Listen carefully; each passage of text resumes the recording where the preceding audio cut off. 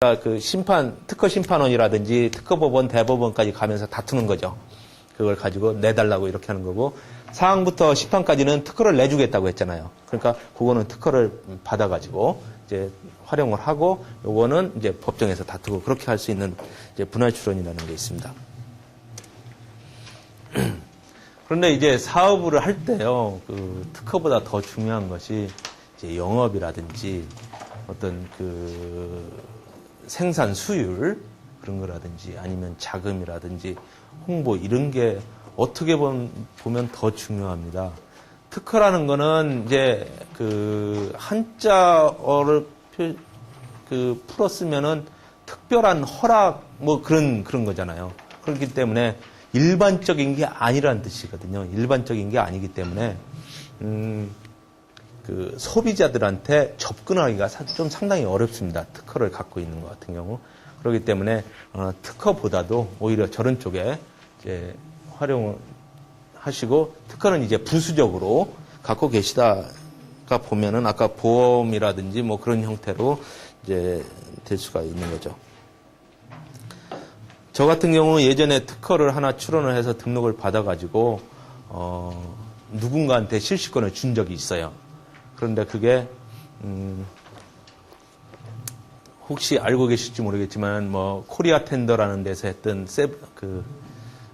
맥스텐이라든지 뭐 로인 한 10년 전 얘기인데 그런 걸로 이제 줬었습니다. 실시권을. 그런데 그게 검찰에서 조사를 해가지고 이제 사행성이 있다 해가지고서는 대표가 구속되고 이랬었거든요. 그래서 사업을 하시는데 특허도 좋지만은 어떤 저런 그 불법성이 있는 그런 특허는 가급적 안 하시면 좋을 것 같고요. 다른 사람의 특허를 침해를 하느냐 안 하느냐. 침해를 하면은 이제 어느 순간에 훅 갈 수가 있거든요. 침해가 이제 대법원까지 가서 확정이 되면은 뭐 구속까지는 안 됩니다. 그런데 손해배상을 엄청 해야 되고 뭐 그 물건 같은 거 다 폐기하고 이래야 되기 때문에 침해에 대해서 제품을 만들 때는 침해에 대해서 조금 살펴보실 필요가 있고요. 아까 말씀드린 특허가 그 권리 범위가 넓으냐 좁으냐 이런 것들을 생각할 수가 있습니다. 그 다음에 사업을 하신다면은 뭐 상당히 모든 것들이 다 관망할 수 있는 그런 상태가 되었을 때 모든 걸 다 보일 때 그때 사업을 하는 게 좋을 것 같고요. 발명을 그냥 사업 안 하면서 하는 것보다 사업하는 도중에, 그러니까 전체적인 제 흐름이 이제 발명을 가지고 사업을 하기보다는 사업을 이제 기본적인 그 매출을 일으켜 가면서 그 안에서 이제 발명을 하고 그거를 이제 제품화를 하는 것이 상당히 성공 가능성이 높다는 걸 말씀을 드립니다.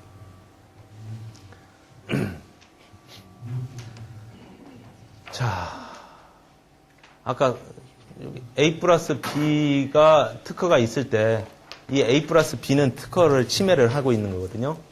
그 다음에 A 플러스 B 플러스 C도 특허를 침해를 하고 있는 겁니다. 누군가가 A 플러스 B라는 거는 손잡이가 2개인 컵이라고 가정을 하죠. 그랬을 때 내가 손잡이가 2개인 컵을 만들어도 침해를 하는 거고,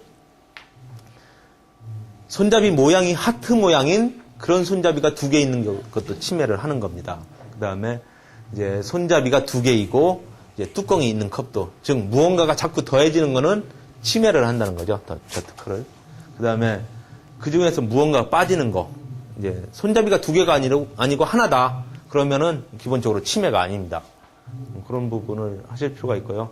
실제로 제품을 만들다 보면은 저 누구 특허가 있는데 내가 그 특허를 좀 회피해가지고 이제 제품을 만들고 싶다. 이런 경우에 이제 어떻게 보면 이 앞에 있는 이러한 원리, 이제 아까 말씀드린 특허의 광협이라든지 이런 거 볼 때 그런 원리들에 따라 가지고서는 판단을 하시면은 기존에 있는 특허들도 회피를 해서 물건들을 만들어 갈 수가 있습니다. 자, 제가 아이디어를 가지고 이제 검색을 하고 이제 출원을 한 다음에 등록을 받아서 사업을 하는 것까지 말씀을 드렸어요. 그리고 오늘 이 자리에서는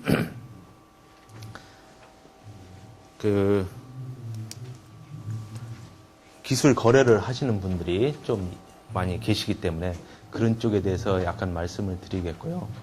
제가 아까 쉬는 시간에 잠깐 명함을 놔드렸는데 거기에 보시면은 특허권 매매 장터라고 오른쪽에 스티커를 하나 붙여놓은 게 있습니다. 그 같은 경우 제가 2007년도 9월 달에 그 사이트를 오픈을 했습니다. 오픈을 해가지고 지금까지 이제 한 달에 한 3건 내지 4건 정도 거래를 하고 있어요. 금액은 한 300 정도, 그 정도 선에서 거래가 되고 있고요. 그런데, 그거를 기술 거래에 대해서 설명을 드리기 전에 기술 이전과 이제 기술 중개의 차이에 대해서 말씀을 드릴게요. 지금 여기 계신 분들은 다 아마 기술 이전을 하시는 분들이겠죠. 기술 이전이라는 건 자기가 갖고 있는 특허를 이제 누구한테 이전을 해주는 거예요. 이거를 기술 이전이라고 할 거고, 기술 중개는 기술 거래는 기술 이전과 기술 중개를 이제 더한 건데, 기술 중개 같은 경우는 어떤 A라는 사람과 B라는 사람이 거래를 하는데 중간에서 이제 부동산 중개하는 것처럼 그렇게 중개를 하는 거죠. 저 같은 경우는 기술 중개를 하고 있습니다. 기술 중개를 하고 있고, 아마도 여러분들이 하고 계시는 영역하고는 약간 다를 수가 있을 텐데요. 이 부분. 현재 기술 이전을 하고 계시는 그런 사이트, 곳들이 많이 있고요. 자료에 보면은, 2009년도에 이제 전체 TLO에서 거래됐던 금액이 100만, 1000만, 100억, 750억 정도, 이 정도 거래를, 이전을 성사시켰고요. 대학에서 했던 것이 180억인가요? 그 정도 하셨고, 연구소 TLO에서 2009년도에 570억 이 정도로 하셨네요. 그 다음에 이제 지역기술이전센터 같은 경우는 여기 자료가 2008년도 것까지밖에 없더라고요. 그래서 보니까 이제 2008년도에 124억 이 정도 거래를 하셨어요. 그래서 금액상으로는 상당히 많으신데 저게 건수로는 그다지 많이 안 되죠, 보통은. 이제 제가 특허권 매매 장터라는 사이트를 이렇게 할 때 보면은 그 이전에 위에 있는 4개가 제가 저 사이트를 만들기 전에 있던 그런 사이트들입니다. 한국기술거래소, 발명진흥회 이런 데들은 다 알고 계실 거고, 팻옐로우하고 특허 4989라는 데가 있었습니다. 그런데 저 시점까지 보면은, 내용도 잘 안 보여줬습니다. 저 사이트들에서. 내용도 잘 안 보여주고, 금액이 없었습니다. 저 특허가 과연 얼만지. 그러니까 수요자 입장에서 보면은 내용도 잘 모르죠? 금액도 얼마인지 모르죠? 그러면은 과연 그 특허 번호도 잘 안 알려줍니다. 저기 기술거래소 같은 경우는. 그러면 그 특허를 사고 싶을까요? 사고 싶지 않거든요. 그리고 그런 내용들을 알 수가 없고, 모든 거 다 베일에 가려져 있기 때문에 사고 싶지가 않고요. 그리고 설령 연락을 어떻게 취했다고 하더라도 특허권자의 매도 호가가 올라갑니다. 저도 발명을 95년도부터 했는데, 2005년도 이전에 이제 하나도 팔지를 못했었거든요. 못했는데, 그때 이제 상황들을 보면은 어떤 특허를 하나 가지고 나는 1000만 원을 받고 싶어요. 그런데 누가 연락이 오잖아요? 그럼 그게, 이거 1000만 원은 너무 싼 것 같아. 한 1억 정도 받을까? 이런 생각을 하게 됩니다.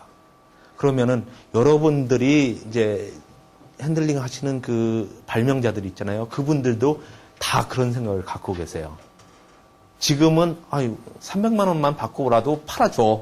이렇게 하시다가 막상 어디서 연락 왔다고 하잖아요. 그럼 저 기술 좋은 건데 그거에는 좀 팔기 어렵지 않을까? 이런 멘트도 나올 수가 있고 그렇습니다. 그래서 어떤 그 기술 이전 센터에 계시면서도 좀 그런 부분들을 이제 발명자들한테 주지를 시켜서 처음에 어떤 금액을 하신 것을 이제 그 조정을 못하게 그렇게 하셔야 아마 거래하기가 쉬울 거고요. 그 다음에 또 어떤 각각의 특허의 그 금액을 노출을 시켜주면은 더 확률이 높아집니다. 그러니까 저 같은 경우는 저 사이트에서 보면은 금액 노출시키죠. 그 다음에 내용 노출시키죠. 또 하나 전략이 더 있습니다. 저는 높은 금액의 특허를 원하지 않는다라고 생각을 하거든요. 대부분의 사람들이. 그렇기 때문에 저는 이제 처음에 올릴 때 수수료를 받습니다. 1,000만 원 이상인 경우에는 수수료를 0.1%를 받습니다. 먼저. 그러면은 이제 발명가들이 이제 그 생돈을 내야 되니까 나중에 후불로 주겠다고 하는데 저는 그렇게 안 하죠. 선불로 내십시오. 이렇게 하면은 어떻게 되냐면은 가격이 내려갑니다. 2,000만 원 했다가 그래요? 그러면은 999만 원에 올려주세요. 이렇게 되거든요. 그걸 활용을 해서 저는 금액을 가급적 낮게 이렇게 하려고 요구를 하고 그 다음에 하나의 금액만을 요구를 합니다. 나 1억 받고 싶어. 그런데 좀 내고는 해줄 수가 있어. 한 5천까지 내고를 해줄 수 있다고 이렇게 얘기를 합니다. 그러면 저는 뭐라고 하냐면은 5천까지 그걸 해주실 수 있으면요. 처음부터 5천에 올리시면은 팔릴 확률이 훨씬 더 높아지니까요. 그렇게 하시죠. 이렇게 얘기를 하거든요. 그러면은 이제 그 매수자들은 그 5천이라는 금액을 보고 저걸 살지 말지 결정을 하는데 1억이라는 금액을 보고는 저거 뭐 나하고는 별로 상관없어 이러다가 5천이라는 금액일 때는 이제 구미가 당길 수가 있는 거죠. 그래서 단일 가격으로 뭐 물론 그런 경우에도 나중에 그 매수자가 저거 좀 가격 좀 깎아주면 안 되겠냐 이러면 한번 전화를 해봅니다. 그래서 한 500만 원 이하는 내고를 전혀 안 해주고요. 왜냐하면 사실 발명자들도 먹고 살아야 되잖아요. 그러다 보니까 그쪽은 내고를 해달라고 이제 매수자한테 연락이 와도 안 됩니다라고 말씀을 드리고 한 뭐 500 넘어서 한 1,000, 2,000, 뭐 5,000 이렇게 되면은 이제 좀 원하는 가격을 말씀해 보세요. 한번 특허권자한테 말씀을 해보겠습니다. 이렇게 해가지고서는 약간 내고가 들어가기도 하고 그럽니다. 이제 제가 저 사이트를 2007년도에 만든 다음에 그 밑에 있는 이제 4개 사이트가 그 이후에 생긴 것들입니다. 생겨서 이제 저 사이트들 뭐 물론 지켜지지 않는 데도 있는데 이제 금액도 오픈을 하고 그 다음에 내용도 오픈을 하고 그렇게 하고 있는데 저 사이트들에서 안 되고 있는 게 하나가 있어요. 뭐냐면은 그 낮은 금액으로 못 합니다. 그러니까 먼저 수수료를 안 받는 거죠. 업로드 수수료를 안 받아가지고 이제 금액들이 저희 사이트 같은 경우는 거의 한 3분의 1 정도가 1,000만 원 미만에 거의 절반이 1,000만 원 미만에 이렇게 돼 있는데 저런 사이트들 보면은 1,000만 원 미만이 뭐 한 10%, 20%? 뭐 그 정도밖에 안 됩니다. 그래서 이제 그런 부분은 저 사이트들에서 못하고 있는 거고요. 그렇습니다. 저 같은 경우 95년도에 발명을 했고 2005년도까지 이제 특허 받은 걸로 수익이 거의 나지를 않았습니다. 거의 나지를 않았는데 2006년경에 특허를 이제 처음 한 3개인가 팔았어요. 처음에 팔은 것이 500에 팔았습니다. 500에 팔았는데 이게 그때 당시에 처음에는 난 저 특허 가지고서는 최소한 3,000원 받아야겠어라고 생각을 했던 특허거든요. 그런데 누가 500에 사겠다고 하니까 팔았죠. 팔고 그렇게 되니까 이제 그 소개시켜주는 사람이 그 다음에 또 계속 이제 연락이 왔었는데 그래서 뭐 그 다음엔 400에도 팔고 300에도 팔고 이러다 보니까 한 500이나 300 이 정도에서는 시장이 상당히 있구나. 그런 걸 좀 느꼈습니다. 그러니까 어떻게 보면은 이제 기술 이전 시장하고 약간 다를 수가 있는데 그런 쪽에 시장이 있다는 걸 느끼고 저 사이트를 2007년 이제 9월 달에 처음으로 만든 거죠. 그래서 이제 제가 어떻게 보면은 이제 한 달에 서너 건씩 하고 있는 이유들 그거를 보면은 저렴한 특허를 많이 보유하고 있다. 그다음에 이제 제가 많은 발명을 예전부터 해왔기 때문에 발명가들을 많이 알아서 처음에는 그 사람들한테 낮은 가격에 이제 올려놓으라고 유도를 많이 했거든요. 알고 있는 사람들한테. 그리고